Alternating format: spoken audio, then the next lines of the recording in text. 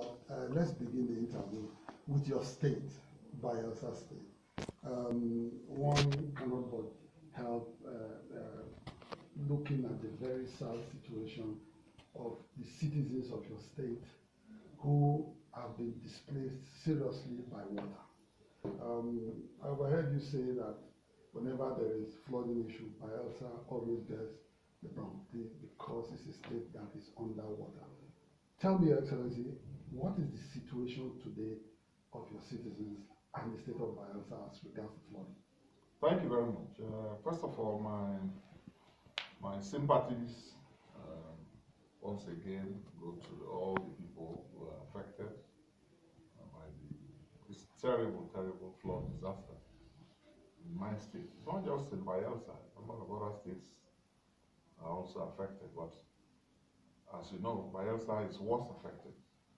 And it's unfortunate that a number of people don't know the peculiarities of the Bayelsa environment. The entire state is below sea level. There's no other state in this country that shares that terrible burden of having a state where the entirety of the state is below sea level and therefore susceptible to perennial flooding. A number of people also do not know that geographically, all the major tributaries and rivers that empty onto the Atlantic Ocean, onto the ocean, pass through Bayelsa.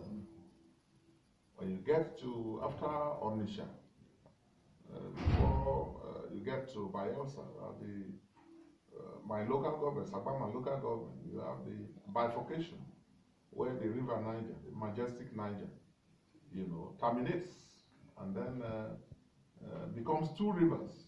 One, the river North, passing through Yanagwa axis to the Atlantic Ocean. The second one, the Focados, passing along my village down to the Atlantic Ocean. So the whole water that collects from all these 6 countries, from Sierra Leone, Guinea, down to Cameroon, all the way to Nigeria, flows through Bayelsa. Bayelsa is the real delta of the Niger. That is the Niger Delta basin, the whole of Bayelsa, and then some parts of the neighboring states. That's why in some of the neighboring states you have these areas that are so-called upland areas and others that are referred to as riverine communities or areas. In the case of Bayelsa, the whole state is riverine. I mean, even in that sense. Yes. The whole state is littoral.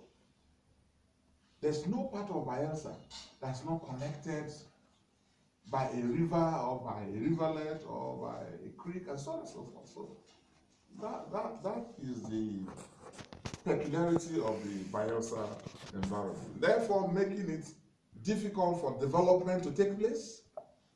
Development, even at an individual level, is very expensive because, again, the entire area is below sea level. Before you do anything, you have to first create the land, the soil, upon which you will place anything, any developmental effort on, whether it is a school building, whether it is a public health facility, whether it is a road, whether it is a bridge, whether it is even your own individual development. So that is what that's the kind of environment that we live in. So we are always worse affected once you have a flooding situation that is above normal. Every year, from time immemorial, our people have always had this challenge of managing flooding year in, year out. And that affects our agriculture, because a number of the crops, a number of the things they plant, you have to evacuate them before the flood comes. Otherwise, you lose everything. But then this year, the flood is almost as bad as the one that we had year 2012. So about 60–70% of my community, of the communities in my state are now flooded, and people have been displaced. So in every local government area, you have IDP camps now in Bayelsa. Huge camps that we have had to move vulnerable, displaced people. By tomorrow, I will go around a number of them.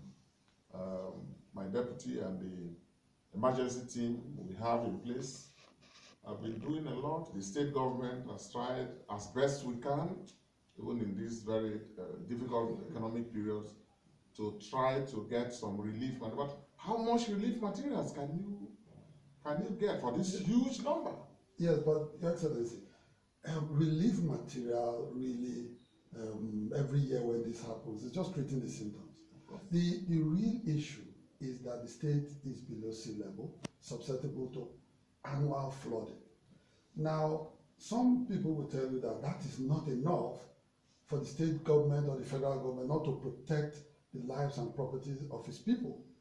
I mean, people will point to Netherlands and tell you that it's a country that's below sea level, but somehow they've managed to use engineering to keep the country afloat.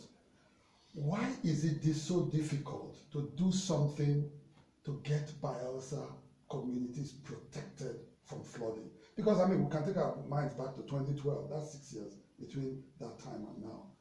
You talk of the huge costs and the current financial situation. How difficult is it to get the federal government involved? Well, you see, these are the problems associated with our lopsided federal arrangements. I mean, you talked about Netherlands. Those are countries that are structured in a way that the federation takes responsibility for a number of these key developments. I'm sure if oil were found in Netherlands, in any state or region, the region will own it.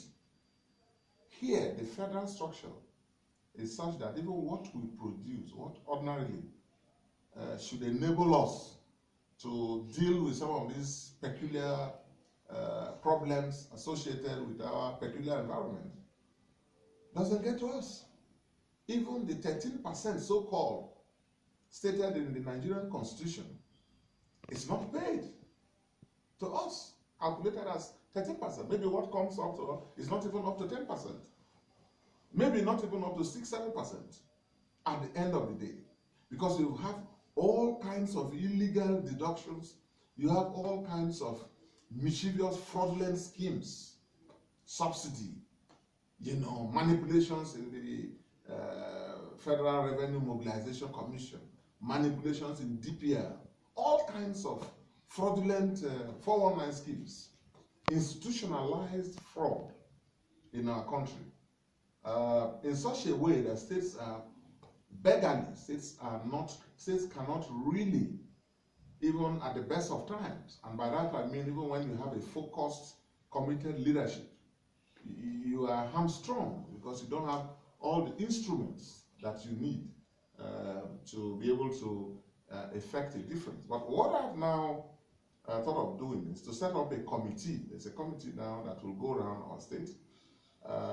We have started, I've told them to identify the most of the communities that are most susceptible, and then come up with a program by which we deal with some of it. We've started a number of shore protection projects, but these are highly, very, very expensive projects. You've got the NDDC on the other side.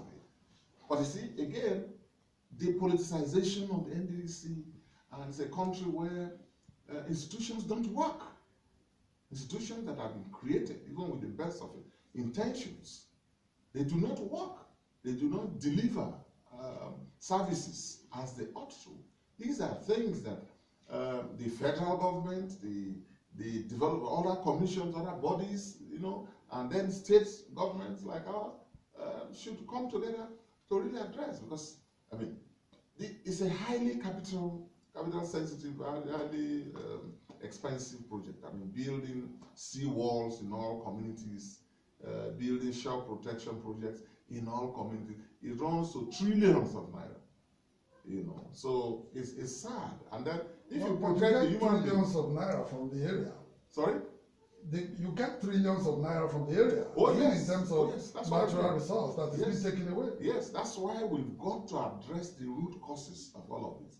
I know there's a management dimension, there's a leadership component to all of this, but there is also the stark reality of the states not having enough resources, but they're simply not in control. I mean, you are simply at the mercy of a mega body called the NNPC, which is the real government in Nigeria.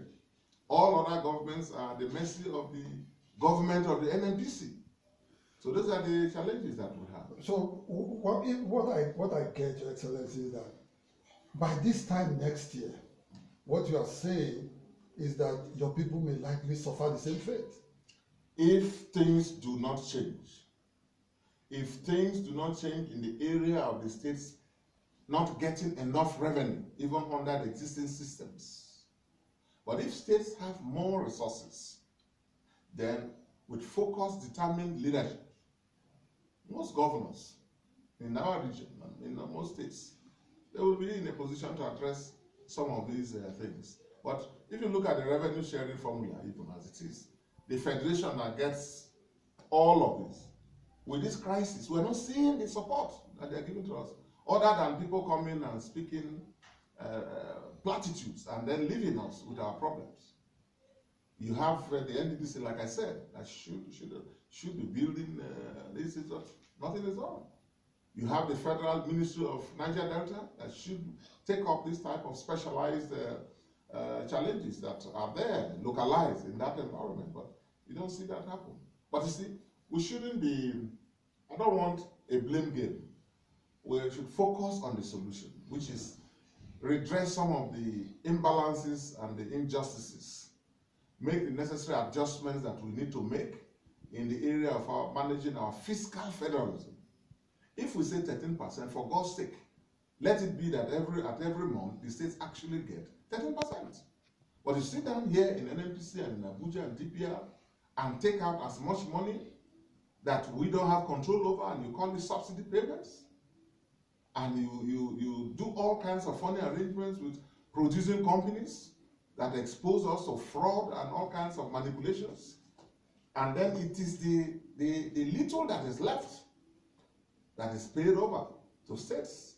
I know that the states also have a duty and a responsibility to utilize that small that comes as judiciously as possible, which I believe we are doing. But you see, these other structural imbalances, structural infractions need to be addressed, because that will increase the capacity of states that have peculiar problems to also address our peculiar challenges. And that's why a federal system is most appropriate for a diverse country like ours. It's just that in our own case, it's a bastardized, a false version of what the real thing should be. What do you say to people who say that the federal government has no policy for water and waterways management in Nigeria, that the problem of the flooding is also compounded by the fact that there's no proper management of waterways in the country and the waters, the rivers in the country? For instance, people talk a lot about dredging as well, to provide some kind of succor in terms of reducing the flooding. What do you say to that the federal government is, not thinking in that direction? Well, I think we have a country that talks more about powers than about responsibilities. A federation is constantly protecting. It's tough. When you talk of restructuring, people misunderstand it. When you talk about devolution, people misunderstand it. It's a subconscious effort at protecting a federal tough. Meanwhile, the federal responsibilities are ignored. You say you have a right. Recently, they introduced a bill purporting to take over control and management of waterways. But you don't have an answer to perennial flooding in my state that is displacing people on a yearly basis. So now the Federation, for example, should be thinking of building dams. Why should a country like Nigeria be at the mercy of neighboring countries? If their dams go wrong, then millions are displaced and are killed in Nigeria. That shouldn't be. So where is the policy, the water protection policy? Where is the environmental policy? Where is, because it's actually an issue of national security. I mean, if our safety and well-being and stability and security, at least in some parts of our country, where we have strategic investment, depends on whether a dam in a neighboring country is allowed to overflow or not. I mean, that tells you that you are not really in control of your affairs as you should be. So it's a shame that our country has allowed itself to be in this position. So you are right. There's no clear-cut policy about water management, about how we protect and manage flooding situations year in, year out. Yes, it's good to see, it's reassuring when these disasters occur and you see the president or the vice president flying around and making beautiful speeches of concern and assurances and so on. It's very, it helps, it addresses the feelings and sentiments. But then we live to do that the next day, the next year, and the next year, so I think that calls for a proper formulation of policies along those lines. All right. Now, I don't know whether you know of this, but there's an NGO who did a study in 2012, after the flooding in 2012, about a lack of enough food in the communities, which also led to increased rate of crime in some communities. Yesterday was World Food Day.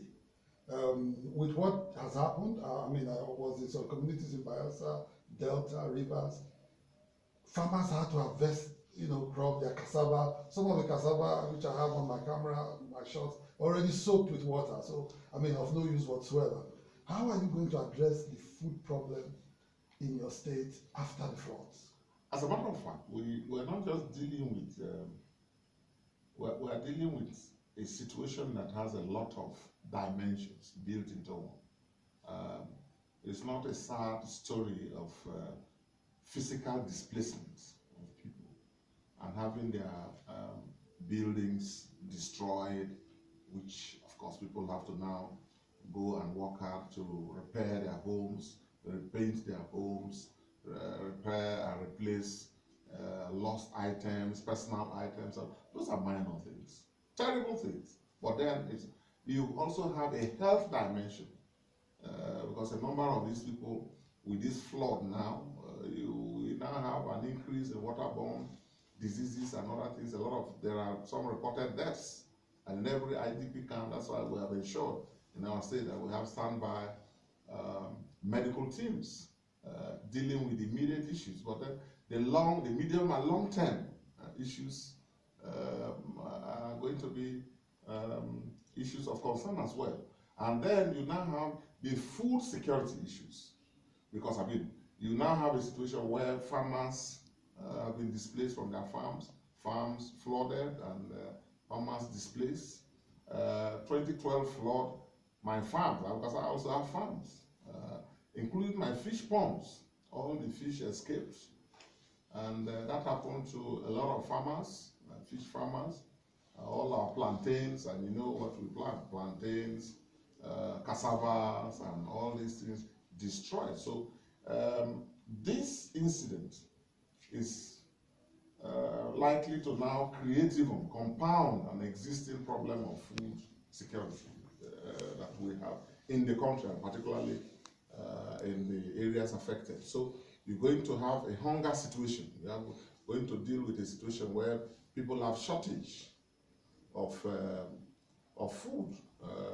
We will try our best, but how much can the state government do? How much can even the federal government do? So it's a sad situation. But in specific terms, what kind of help have you gotten from the federal government? Specific terms. Other than receiving 300 or 400 bags of rice for thousands of displaced people, I can't point at any concrete help that the federal government has. No cash support? No. Not even in 2012. The state government never received any money from the federal government, even in 2012 flood. I know that we raised some money of our own, and some agencies and philanthropic individuals and companies came to our rescue. And I want to use this opportunity also to call for public-spirited individuals and organizations and partners and donor agencies to please come to the aid of the people of my state who are terribly displaced and living in very, very terrible conditions. How many IDP camps can we build? But we've tried, and trying our best to make them manage a very bad situation. So we've got two issues to deal with, apart from taking care and making sure that they manage their situation for as long as the flooding situation lasts.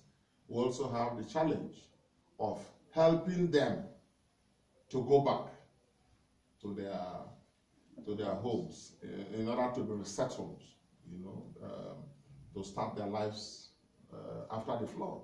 It's a very challenging thing. And just now, we're still in a recession. So the state government doesn't have funds for most of these. We've spent over $500 million now in the area of giving support to these IDPs, and then constructing the various centers, providing relief materials, providing medical care, support to law enforcement agencies to assist in evacuation and maintenance of law and order in the IDP camps, and so on and so forth. And all of them have been wonderful, but we need real help. We need real help. If there's one state out there that needs special attention and help, that state is Bayelsa. Well, a few questions on environment before we go. When it's not flooding, your waters are polluted. The other day, Fred and Betty's community had this oil spillage.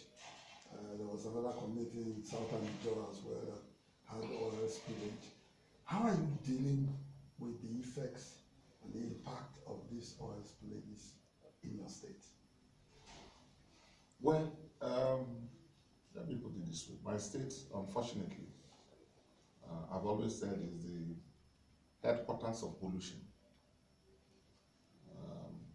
There's no day you don't have one oil company operating and polluting the environment in one form or the other. Either it is attributed to sabotage, as they often like to do, as if the people, the communities, poor people, ought to be blamed for their inability to secure their own facilities. I mean, even if, because they have a duty to maintain and secure and provide, ensure that unauthorized persons don't have access to those volatile facilities that they got. But either it is attributed to sabotage or to equipment failure or corrosion, and sometimes even collusion by their own officials for whatever reason. So you have spillage in my state every day, and the situation is very appalling. And so you now have a situation where so many places are polluted. Rivers and creeks are polluted, and yet these are the sources of drinking water. So that tells you the dangers that people are exposed to. There's a study we have conducted, and the results will be released very soon. And the excerpts from it that have been made available to me are very revealing, and I can immediately see from what I've been told the link between the environmental pollution and then the increase in the cases of cancers and so many things that are going on in our state and in the entire Niger Delta environment. I'm told that the incidence of cancer is more prevalent in the Niger Delta environment than in most other areas. So anyway, so these are some of the things we're dealing with. Now, the oil companies and the federal government, and again the federal government, because you see, you've got a federal situation, federal system that is so skewed against the states and against the communities and the people, even to the point of domiciling responsibility for enforcement and supervisory control over the activities in this domain is exclusively vested in the federal government. So it's a federal responsibility, more or less. Federal responsibility. And yet, the regulatory agencies that are federal have failed and are incapable of performing their supervisory responsibility. Everything is federalized as a result of the conspiracy against the oil-producing people in this country. Even to the extent of giving exclusive jurisdiction in oil and gas matters, not to the state high courts where these activities take place, like you have in any other contractual transaction or any other tort. Because the law will call that a tort. But by a federal decree and by the Constitution, by the federal conspiracy, the conspiracy of the many against the few, jurisdiction exclusively has been given to the federal high courts over these matters, appointed by federal operatives, selected from across the country, from places where they don't feel these things, and people who therefore are alien to the challenges and the problems that we live, and federally controlled, federally sanctioned. So this is the grand conspiracy in this country against the oil-producing people and their governments. So when you talk of how do we address it, that's why we keep coming back to the issues of addressing the structure of Nigeria. Addressing the structure. Because unless you deal with that, you'll only be dealing with the symptoms. And I guess maybe in the same light, the issue of gas flaring. I don't know if you know that the federal government has now hinted that from next year, they're going to revoke the licenses of oil companies. I mean, Dr. Ibekachuku made that known 2 weeks ago, that anybody who does not stop gas flaring by 2019 will have his licenses revoked. You think they are serious? Not serious at all. Why do you say so? Ibekachuku is speaking like the several ministers of petroleum before him who have also spoken in the same way, and have given one deadline after the other, and they keep shifting the goalposts because the oil companies are in collusion with the federal government. And mind you, the oil companies are the attendants of the federal government. They are holding licenses and permits issued not by states, not by communities, but by federal government.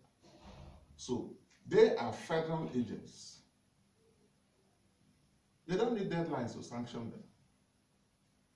And they keep, in Bayelsa, gas flaring has been going on. Minister after minister talks the same way Ibekachuku talks.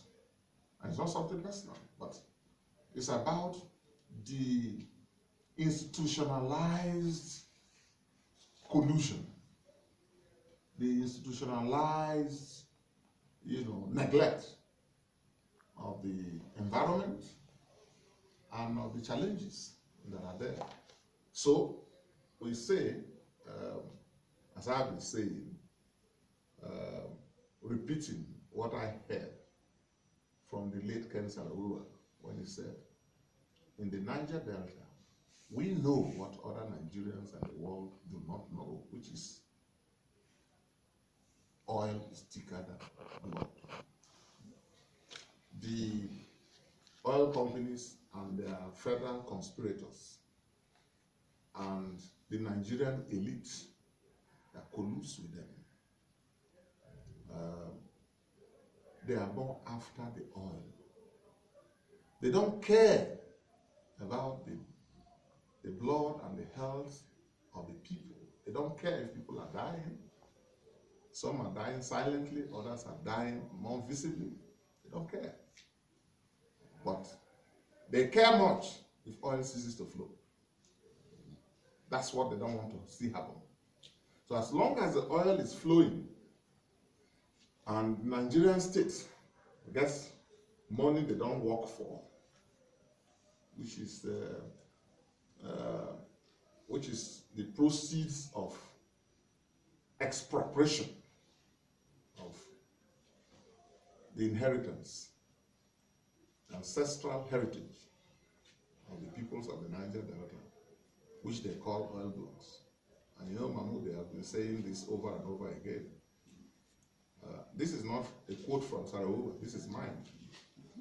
That what the Nigerian nation and these oil companies call oil blocks in Abuja, in Lagos, and in major capitals of the world are indeed our ancestral properties. The ancestral properties of the peoples of the Niger Delta, which they get surveyors, the same surveyors who map out plots that we pay for in Abuja and Lagos. These are the same surveyors in DPR that go there to map out lands and call it oil blocks and then sell it to other Nigerians and their collaborators. And the federation that has the responsibility to protect the environment, to ensure that these dangerous activities are carried out in compliance with international standards. They look the other way. The Gulf of Mexico explosion, spillage, Shell BP in the US paid over $20 billion. When they complained to the then President Obama, Obama told them to go and pay. And they did. They paid all those who were impacted, all fishermen, all those whose properties were affected one way or the other. They paid. They complained. The government of the United States didn't listen. Even with the intervention of the British government, they didn't listen. They told them to go ahead and pay. And that is a tort. Simple. Treated as a tort. When your activities, your private economic activities, infringe on the well-being and on the rights of another person, you pay for it. But here in Nigeria, that doesn't apply. So every year, every day, you have spillage in Bayelsa, in Delta, in rivers, in Akwa Ibom, and so on. And nobody says anything. DPR, FEMA, everybody colludes. They look the other way. And the government of Nigeria that has taken upon itself the duty to protect our people, the duty to enforce the standards, they look the other way too. They are more concerned about these entities making money from Nigeria, violating our laws, and making money for the federal government and for their shareholders. They are less concerned about the environment, less concerned about the effects of these activities on our people. That's where we are. Finally, what's the significance of this victory that some Niger Delta states, including your state, got today at the Supreme Court of Nigeria? Well, but our problem has been lack of courage and an absence of commitment to ensure the observance of these rules. Today, in a case initiated by 3 oil-producing states, Bayelsa, Rivers, Akwa Ibom, the Supreme Court entered a judgment by which the federal government has been directed forthwith to ensure that they calculate all shortfalls of payments from oil companies producing oil in this country, in our area, based on their production sharing contracts. Because see, these things were entered on very liberal terms, favorable as always, not to the Federation, but to the other side.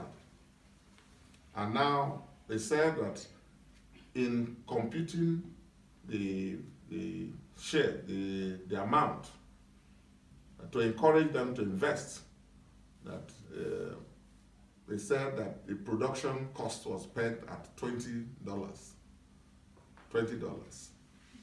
But they have been producing and selling, as you know, even before the first one, or the first one was done under these production sharing contracts in Bayelsa by Nigeria Energy. It was $40-something, $28, and now you know that in this country we have sold crude for even over $120. Do you know that these companies are still calculating the returns to the Federation account at $20? That's what has been happening all these years, thereby shortchanging the Federation, not just Bayelsa, Delta, or Rivers. While they are selling crude in the international market at 120 barrels and so on, they calculate what they remit to the Federation account at $20 or less. All these years. And today, at our application, the Supreme Court agreed with our team and handed out a judgment.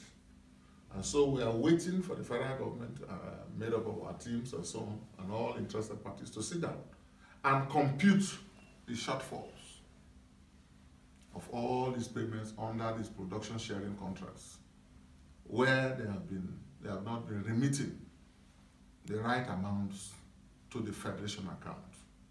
So this case is not just to the benefit of the 3 states, it is to the benefit of the entire Federation.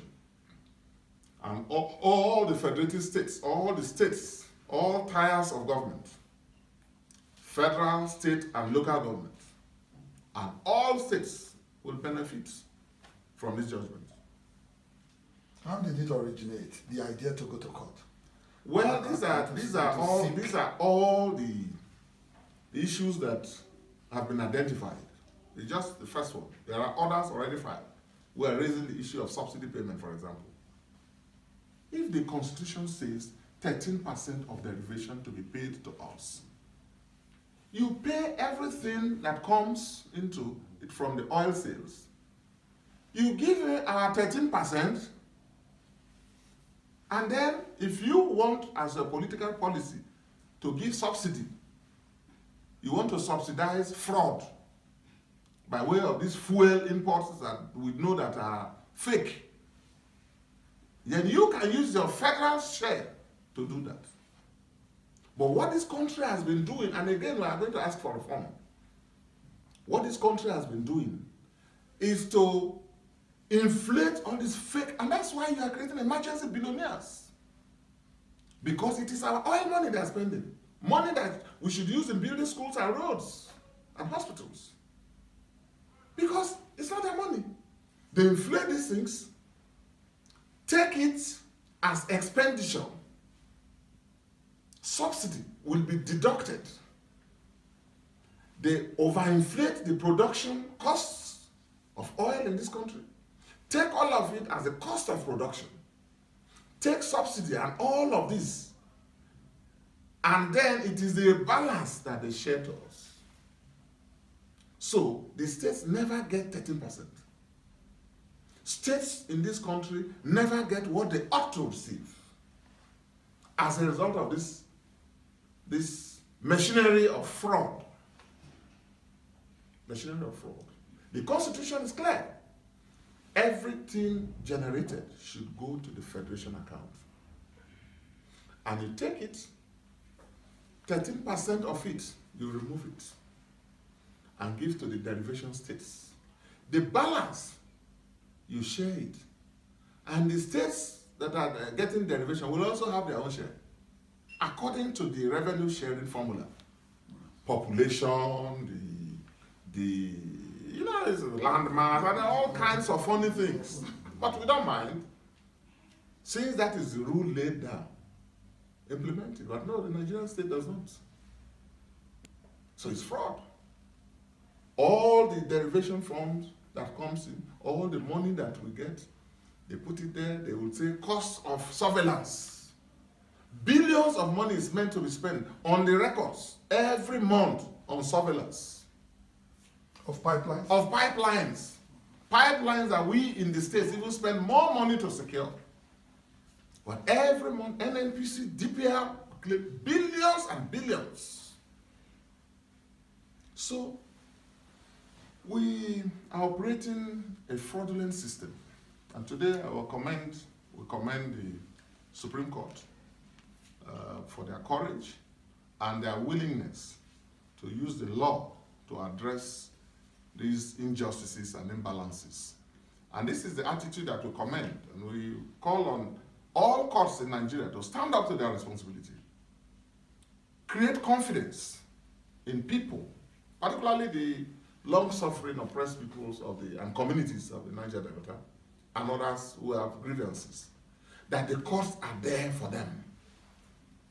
Don't go into the politics. Pronounce the law and the Constitution as it is. So I commend them, and by the same token, we call for tolerance. We call on all our people to utilize the judiciary as the avenue for ventilating their grievances and for pursuing any claims. So that's what has happened. It's a very significant development. Issued a formal statement in that regard. And I believe other states will do so too. And there are other issues, again, that we are testing the boundaries of fiscal federalism. And we're going to do more of this. Congratulations, Your Excellency. Thank you very much, and congratulations to Nigeria, and congratulations to our people. Thank you.